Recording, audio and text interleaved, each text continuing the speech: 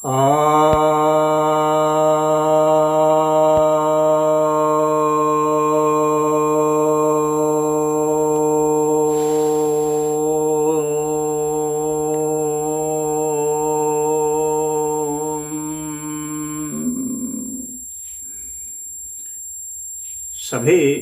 भक्तजनों को सप्रेम नमन। भक्तों, आज आपको मैं एक काफ़ी महत्वपूर्ण विषय पर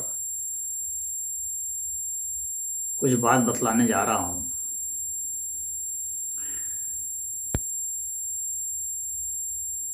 ये है मर्म स्थानों के विषय में।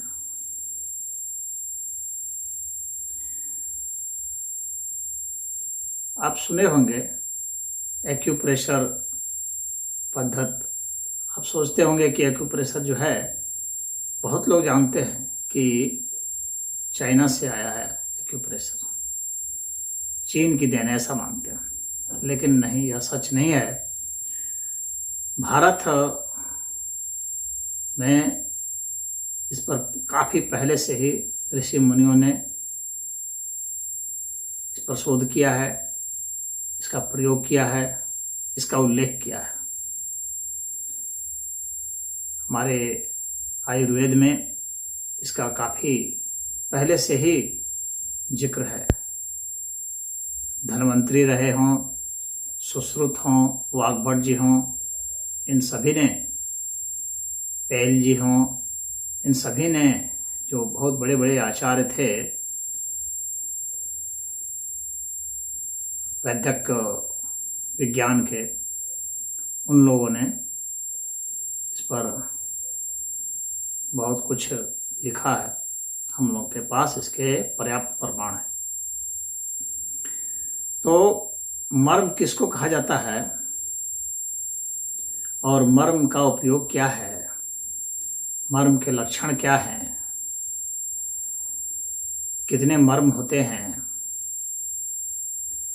ये सब हम लोग आज यहाँ पर चर्चा करेंगे। वीडियो थोड़ा लंबा हो सकता है, लेकिन बहुत महत्वपूर्ण वीडियो है, तो इसको आप सब देखेंगे। आपकी ज्ञान वृद्धि के लिए, आपके स्वास्थ्य वृद्धि के लिए यह बहुत ही उपयोगी सिद्ध होगा। तो पहले मर्म की परिभाषा पर जाते हैं। मारयन्ति इति मर्माणि, यानी जो हमें मार देता है वह मर्म है। यानी जो मृत्यु दे दे और या मृत्यु तुल्य कष्ट दे, यानी मृत्यु तुल्य कष्ट देते हुए मार दे या मृत्यु तुल्य कष्ट दे दे, मारे नहीं, वे स्थान जो हैं वे मर्म कहलाते हैं। और ये जो मर्म स्थान हैं, ये भिन्न भिन्न जो हमारे अंग हैं उनके लिए बहुत महत्वपूर्ण है। ये वे स्थान हैं जहाँ पर प्राण सबसे ज़्यादा सक्रिय है, सेंसिटिव है। यहाँ से प्राण बाहर की ओर निकल जाता है, प्राण का यहाँ सबसे अधिक क्षय होता है। लेकिन ये वे स्थान हैं जहाँ पर कि प्राण आसानी से ग्रहण भी करता है, यानी प्राण शक्ति को ग्रहण भी करता है और बाहर भी निकालता है। यानी प्राण के बाहर निकालने और भीतर निकलने का एक समझ लीजिए कि यह एक स्पॉट है।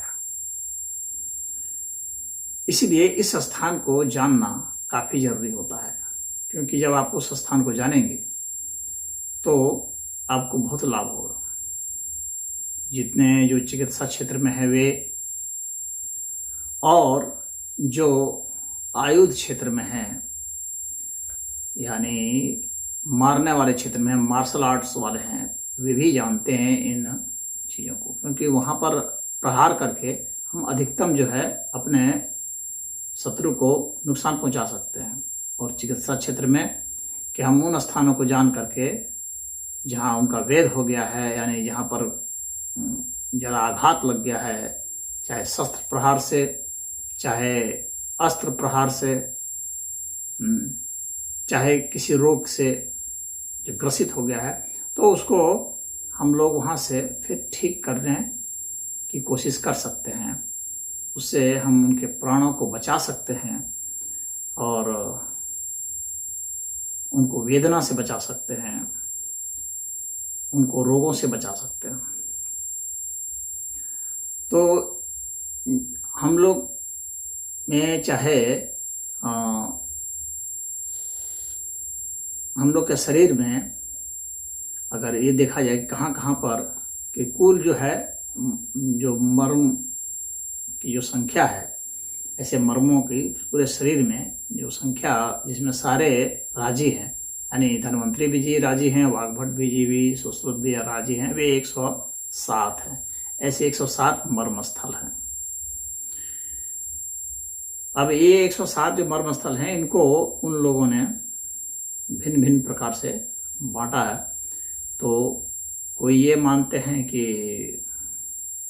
मतलब 5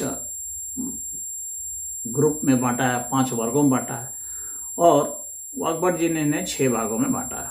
खैर हम उसकी चर्चा करेंगे, लेकिन पहले ये देख लें कि ये जो मर्म स्थल हैं, ये मर्म स्थल कहाँ कहाँ पर होते हैं और ये क्या होते हैं। जो हम लोग के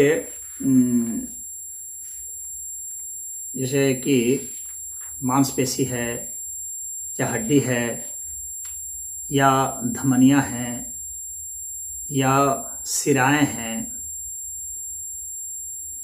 नसें हैं, स्नायु की नसें हैं, तो ये सब जहाँ पर भी मिल जाते हैं वो स्थान जो है संवेदनशील हो जाता है, सेंसिटिव हो जाता है, और वहीं जो है मर्म स्थल का निर्माण कर देता है। क्योंकि आप जानते हैं कि किसी भी चीज़ को आप देखेंगे तो उसका जो ज्वाइंट मांसपेशियां हैं, उनका जो ज्वाइंट स्थान है, वहाँ पर वो कमज़ोर होगा। तो कहीं भी कोई भी चीज़ का ज्वाइंट करते हैं, चाहे घर में करें या कहीं करें, देखते हैं जो ज्वाइंट के स्थान पर ही कुछ लीकेज होता है या कुछ भी दिक्कत होती है तो वहीं ज्वाइंट पर ही होता है अक्सर। तो समझ लीजिए कि ये ज्वाइंट स्थान है। तो अब कैसे आप समझेंगे कि देखिए ज्वाइंट जो है यहाँ पर स्पंदन होगा, जो मर्म स्थल है ना वहाँ स्पंदन होते हैं, और वहाँ पर जो है अगर कुछ मतलब दिक्कत आ रही है तो उसको दबाएंगे तो पीड़ा महसूस होगी। तो एक्यूप्रेशर चिकित्सा पद्धति है, चाहे एक्यूपंक्चर है, उसमें भी जो है उसको छेड़ा जाता है या ओके। लेकिन मैं यहाँ एक्यूप्रेशर को अभी हटा दे रहा हूँ, एक्यूपंक्चर को हम लोग शुद्ध रूप से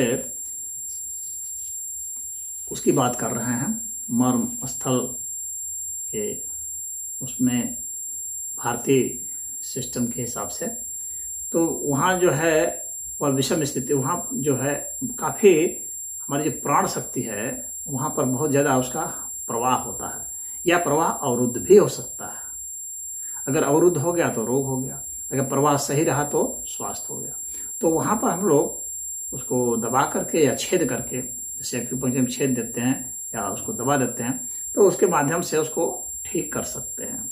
या वहाँ पर हम लोग जैसे रेकी चिकित्सा करते हैं उस तरह से उस मर्म स्थल को खाली ऊपर से सहला करके या अपनी शक्ति दे करके बाहर से, जैसे हाथ से शक्ति दे दिए या फूंक करके या मंत्र जाप करके वहाँ पर लगाते हैं, झाड़ते हैं, या उसमें हम लोग विद्युत का भी संचार कर देते हैं या चुंबक रख देते हैं। तो उससे भी मर्म स्थल में बहुत अच्छा असर आता है और चिकित्सा काफ़ी सरल हो जाती है।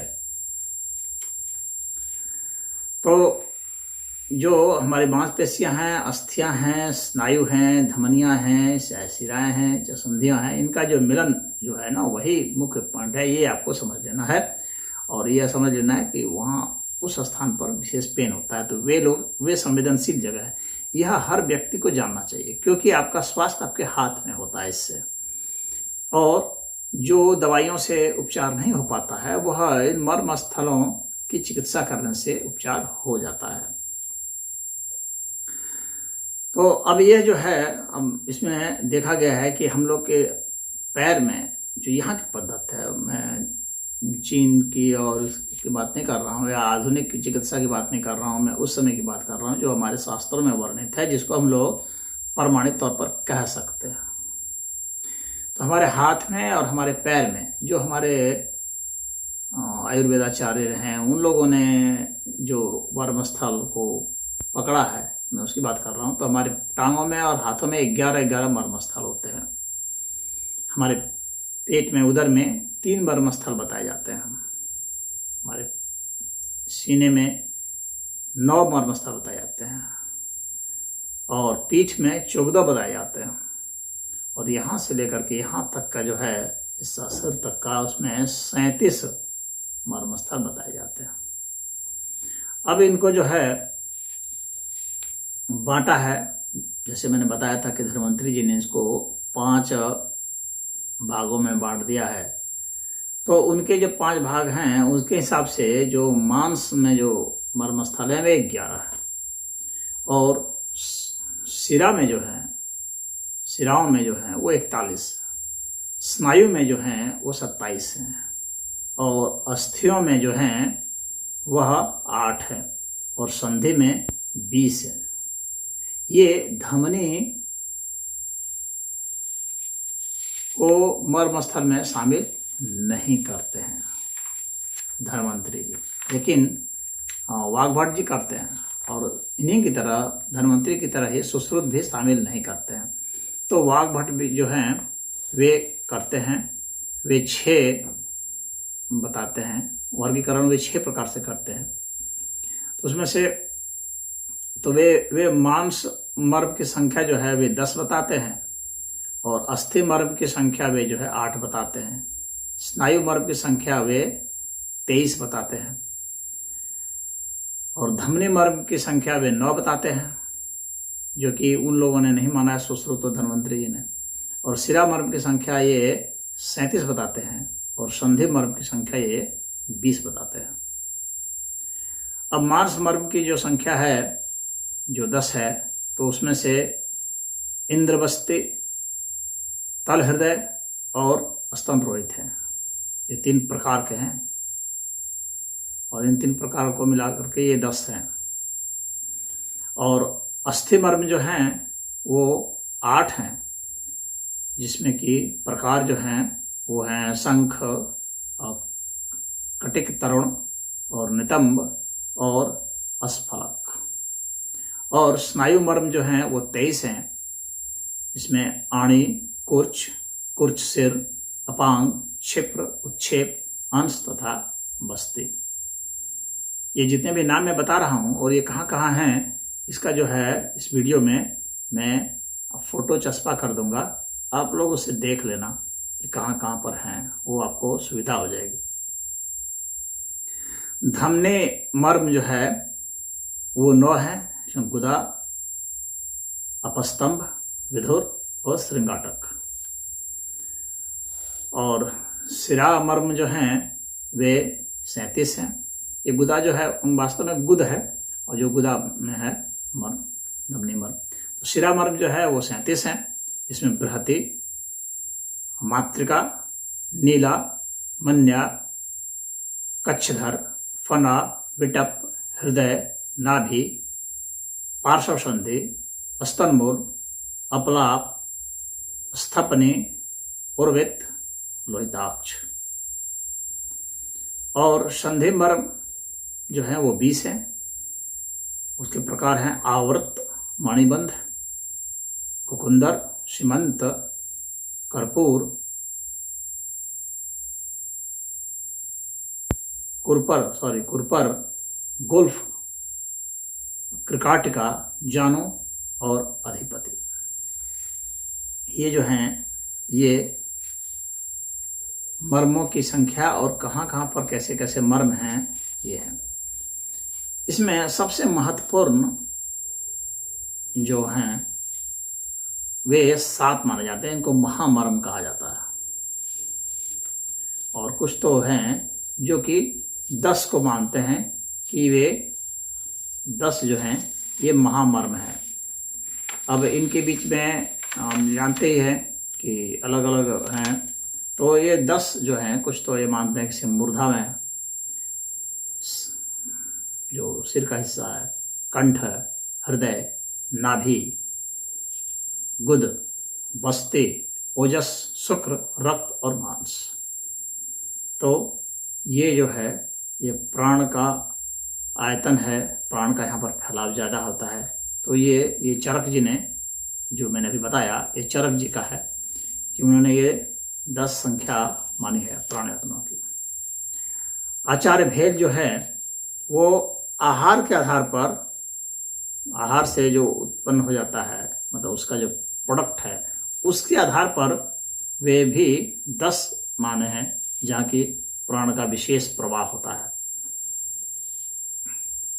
तो उसमें से वे कहते हैं उष्मा है यानी गर्मी, स्वेद है यानी पसीना, मल मूत्र, वात पित्त कफ, दूध, शुक्र तथा शोणित रक्त। दूध जैसे महिलाओं में आता है, शुक्र तथा शोणित। तो इस तरह से वे मूल मानते हैं। और जैसे अगर कुंडलिनी योग का देखते हैं तो 7 चक्र बतलाए जाते हैं, जैसे मूलाधार है, स्वाधिष्ठान है, मणिपूरक है, और अनाहत है, विशुद्धि है, आज्ञा चक्र है और सहस्रार चक्र है। तो ये जो चक्र स्थान हैं, ये जो चक्र स्थान हैं ये मुख्य माने जाते हैं। तो ये जो है बाकी जो मर्म स्थल है उसको ये नियंत्रित करते हैं, कंट्रोल करते हैं। यहाँ से संवेदनाएं जाती हैं और पूरे शरीर को ये प्रबंध करती हैं।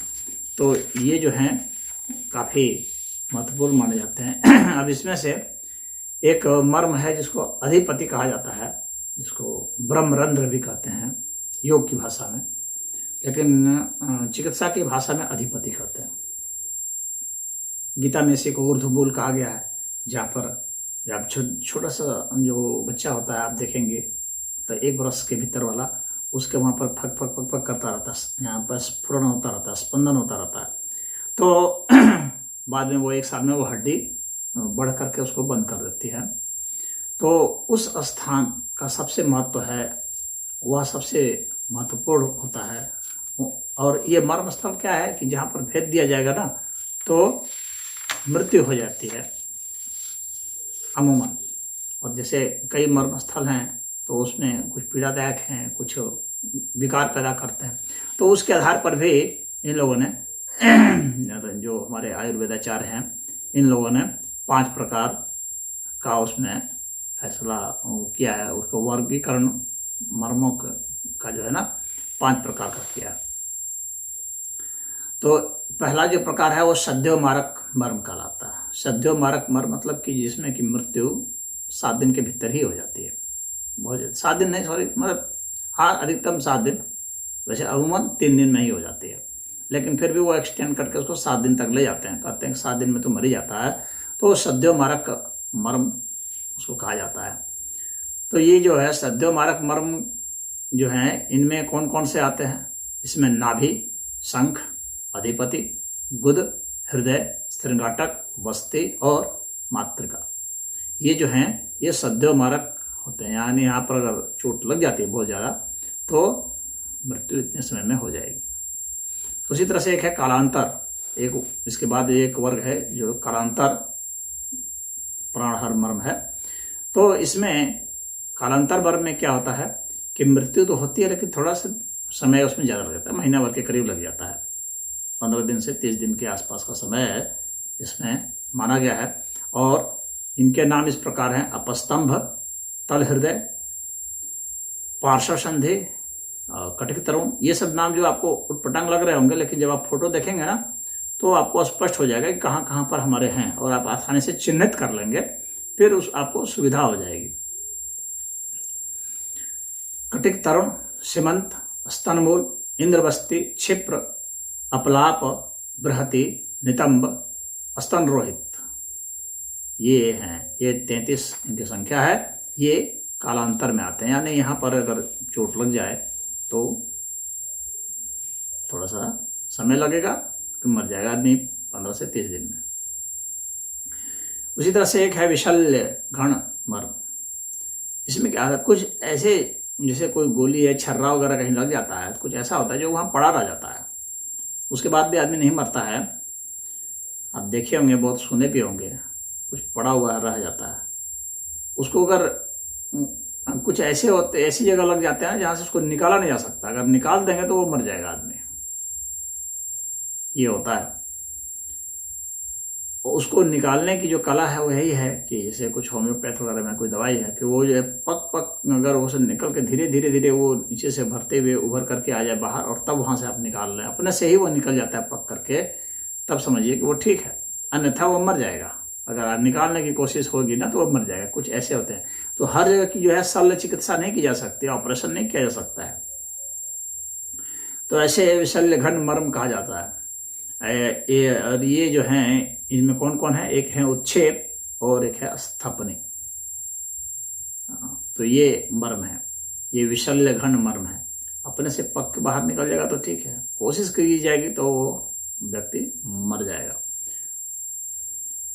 एक है वैकल्य कर मर्म। तो वैकल्य कर मर्म ये एक प्रकार हुआ। इसमें क्या होता है, इसमें क्या है कि इसमें विकलता होती है, इसीलिए वैकल्य है। विकलता यानी व्याकुलता, व्याकुल हो जाता है, बहुत घबराता है, परेशान हो जाता है, दर्द भी होता है।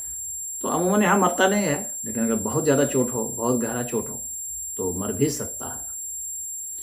तो इसमें है फना, अपांग, विधोर, नीला, बन्या, कृकाटिका, अंश, अंशफलक, आवृत, विटप, ओरवे, कुकुंदर, जानू, लोहिताक्ष, अणि, कच्छाधर, कुर्च और कुरपर।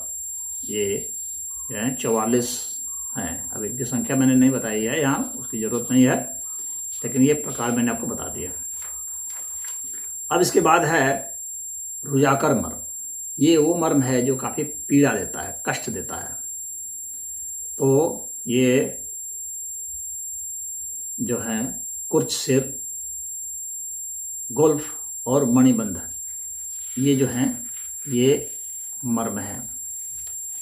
अमूमन जहाँ पर ये जो मर्म स्थान जहाँ होते हैं उस जगह पर आप जो है थोड़ा थोड़ा उसको दबाते रहते हैं, प्रेशर देते रहते हैं, तो वह जो है आपको बहुत अच्छा आपको ताकत शरीर में प्रदान करेगा, घाव को भरने में, और इसमें आपको बहुत ही सहायता करेगा। वहाँ पर छूने से स्वस्थ आदमी अगर वहाँ छूता है तो भी बहुत अच्छा लाभ होता है। स्वस्थ आदमी की जो प्राण शक्ति है उससे प्रवाहित होकर उसमें चली जाती है। आपका भी कोई हाथ सब स्वस्थ है तो आप वो भी वहाँ अपना हाथ रख सकते हैं, पैर रख सकते हैं यहाँ पर। तो ये मर्म स्थल हैं। अब ये सब जो मर्म स्थल हैं, हाँ, इनको आप जब जान लेते हैं तब आप इसमें चिकित्सा करने में आपको सुविधा हो जाती है। आप यह भी पता लगा सकते हैं कि आपका कौन सा अंग खराब है। तो इससे न सिर्फ आप उस अंग को ठीक कर सकते हैं, आपको पता भी लगा सकते हैं। आपको जांच कराने की जरूरत नहीं है। मान लीजिए आपके पास उतने पैसे नहीं है, धन नहीं है, आप जांच करा सके मेरा लीवर खराब है, कि हृदय खराब है, कि फेफड़ा खराब है, कि आंत खराब है, कहाँ क्या है हमको समस्या, कि हमारे यौनांगों में कोई दिक्कत है। तो बहुत लोग इलाज के मारे भी नहीं टेस्ट करा पाते हैं। तो यहाँ सबसे अच्छा है कि आप जो है इसके माध्यम से आप जानेंगे। तो कुछ उदाहरण के तौर पर मैं थोड़ा बहुत 1-2-4 स्पॉट आपको बता देता हूँ समझने के लिए। और जो है आप कुछ मैं वर्णन हल्का फुल्का विषय पर कर देता हूँ, तो आपके लिए वह बहुत सुविधाजनक होगा और आप उससे लाभ ले सकेंगे।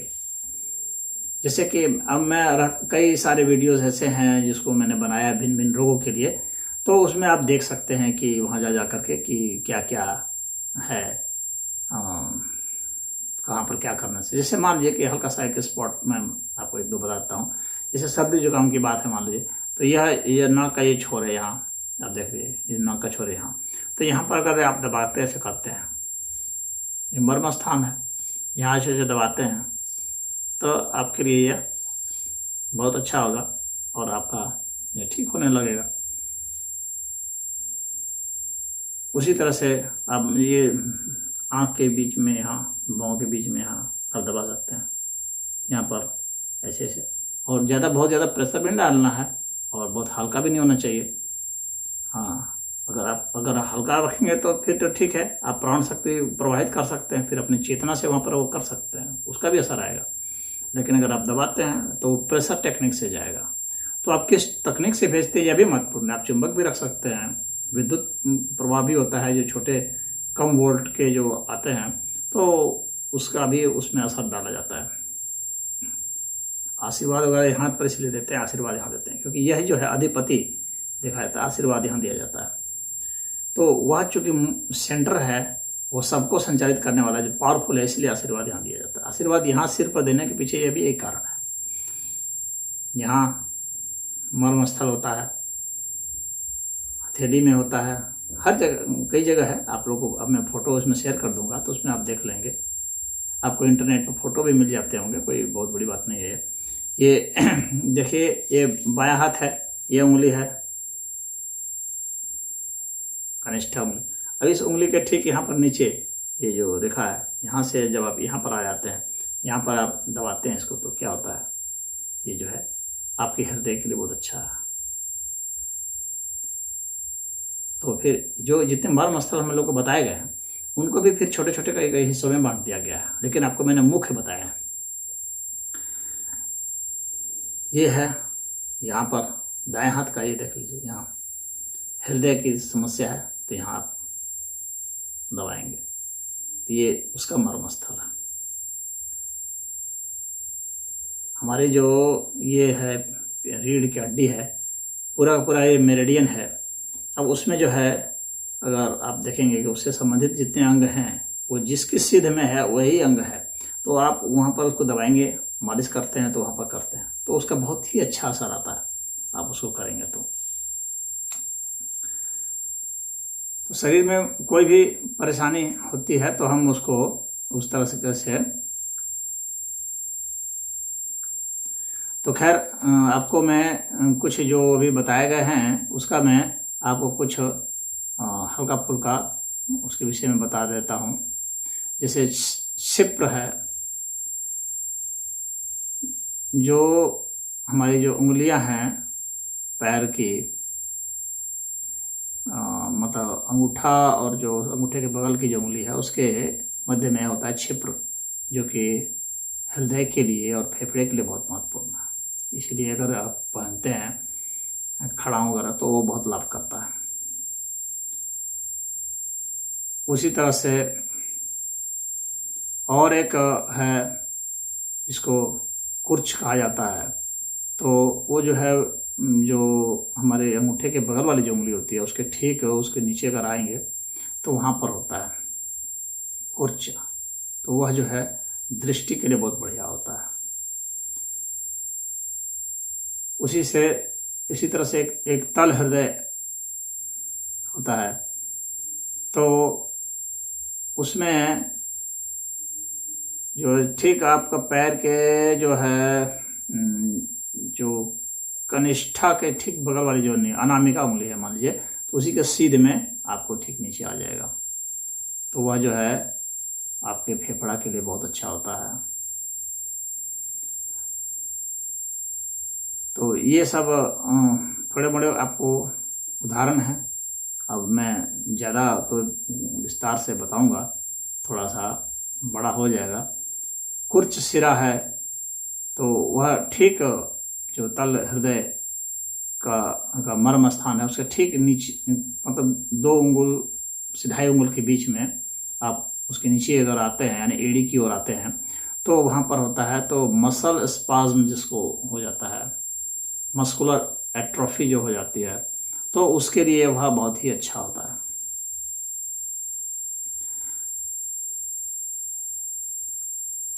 मैं आप लोगों को फोटो भेज दूंगा, आप लोग उसको देख देख करके आप सब वो कर लेना, समझ लेना।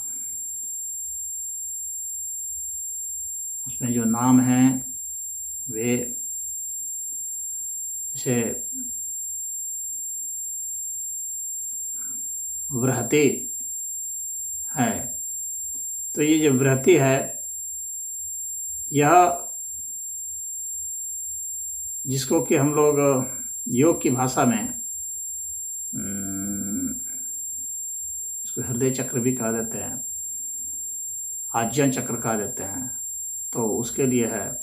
तो वह जो है वह जितना है हम लोग का पित्त है, कफ है, उन सब के लिए, हृदय के लिए, इन सब के लिए, फेफड़े के लिए, इन सब के लिए बहुत जरूरी होता है। तो यह बृहति मर्म स्थान है। तो अलग अलग मर्म स्थान, 107 मर्म स्थान हैं। अब सबका नाम तो यहाँ करना तो वीडियो घंटा भर से हो जाएगा, लेकिन मैंने एक अच्छा परिचय आप लोगों को दे दिया है। बाकी आप लोग जो है उसको देख लीजिएगा, कहाँ कहाँ उनका स्पॉट है वो आपको दिखा दे रहा हूँ। बस वो खाली आपको जो है उस स्थान पर ट्रीट करना है, प्रेशर देना है, हाथ से वो करना है, स्वस्थ हाथ से, और ध्यान से भी आप उसको कर सकते हैं। और प्रकाश की तरंगों से, सूर्य की तरंगों का भी प्रकाश उसमें जाता है तो उसका प्रभाव आता है।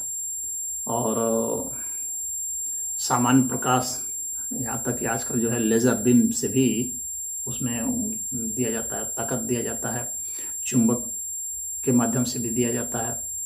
तो हल्की गॉस का होना चाहिए, चुंबक की पावर जो है हल्का गॉस होना चाहिए, बहुत पावरफुल चुंबक भी नहीं होना चाहिए।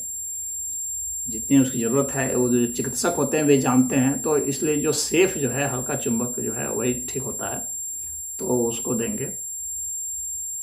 तो उसको आप लोग इस तरह से करें तो उन मर्म स्थानों की जो है चिकित्सा करें, तो मैं समझता हूँ कि आप लोग अपना उपचार कर सकते हैं। ये मर्म स्थान वे होते हैं जो मार्शल आर्ट वाले हिट करते हैं, जैसे यहाँ गले की नस है, इधर है, ये सब जो है यहाँ बहुत ये होता है। तेज़ी से यहाँ मार देने से क्या है कि आदमी जो है तुरंत बेहोश हो जाएगा। ये सब मर्म स्थान है, इनको दबा देने से आदमी बेहोश हो जाता है। तो जो जानते हैं वे इसको जानते हैं, बहुत हल्का सा ही प्रेशर डालेंगे और बेहोश हो जाएगा आदमी। तो जो मार्शल आर्ट वाले हैं वे जानते हैं। हम लोग की जो यहाँ जैसे मैंने बताया ना, वो स्थान पर मर्म होते हैं जहाँ जो 2 हड्डियाँ जहाँ हमारा मिल रही है नीचे, तो यहाँ पर करते हैं। तो ये जो यहाँ पर है, यहाँ पर ये सब मर्म स्थान है, यहाँ पर दबा देने से भी आदमी को बहुत परेशानी हो जाती है। इसलिए वो सब कहाँ पंच मारते हैं, मैं उस स्थान में मैं मारने के हिसाब से बता रहा हूँ कि जैसे यहाँ है, यहाँ मारते हैं तो आदमी गिर जाता है, यहाँ प्रहार करने से आदमी बहुत तेज़ी से गिर जाता है। कान के नीचे मर्म स्थान है, यहाँ करने से आदमी गिर जाता है। अंडकोश में होता है पुरुषों के मर्म स्थान, वहाँ भी मार देने से आदमी गिर जाता है। आँख में भी होता है, यहाँ मार देने से आर्म पेट में, तो यहाँ भी आदमी तुरंत उलट जाता है। पीठ में गर्दन में होता है, तो ये अभी मर्म स्थान है। लेकिन कभी भी आप गौर किए होंगे, यदि कोई आपको मार रहा है, आप किसी को भी देखेंगे अगर किसी को पीटा जा रहा है, सबसे पहले क्या करता है, उसका अपने आप ही हाथ जो है स्वतः यहाँ चला जाता है। किसी को मारने लगे हाथ यहाँ चला जाएगा, क्योंकि वह सिर को बचाना चाहता है। सिर में ये जो अधिपति स्थान है उसको बचाना चाहता है, सबसे जरूरी वह होता है। और ये ऑटोमेटिक व्यवस्था है, स्वतः ही हाथ पहुँच जाता है वहाँ। ये आप समझिए कि मर्म स्थल का शरीर को स्वतः ही इस तरह से पता है कि मुझे किसको बचाना है। वो व्यक्ति चाहे उसको कोई ज्ञान हो या ना हो, इन चीज़ों को वह स्वतः ही जान जाता है कि कहाँ कहाँ से हमारे कुछ मुख्य मर्म स्थल है। यह व्यक्ति को स्वतः ही ज्ञान होता है, हर आदमी को, यहाँ तक कि छोटे बच्चे को भी। तो ये जो मर्म स्थल हैं यहीं पर आक्रमण करते हैं जो मारने वाले मार्शल आर्ट वाले हैं। वो इधर उधर नहीं मारते जहाँ की आपको बहुत, यहाँ नहीं मारेंगे कि यहाँ मारने से कुछ भी नहीं होने वाला है, यहाँ कोई मर्म स्थल है ही नहीं। तो जहाँ मर्म स्थल नहीं है तो वहाँ पर वो जो है आक्रमण नहीं करते, जहाँ मर्म स्थल है वहीं आक्रमण करते हैं। तो मैं समझता हूँ कि इतना काफ़ी है आज के लिए। आप लोग को इसे लाभ हो, यही हमारी ईश्वर इच्छा है। और आप लोग दूसरे को भी इस चीज़ को बता दें ताकि उनको भी लाभ पहुंच जाए। हरि ओम।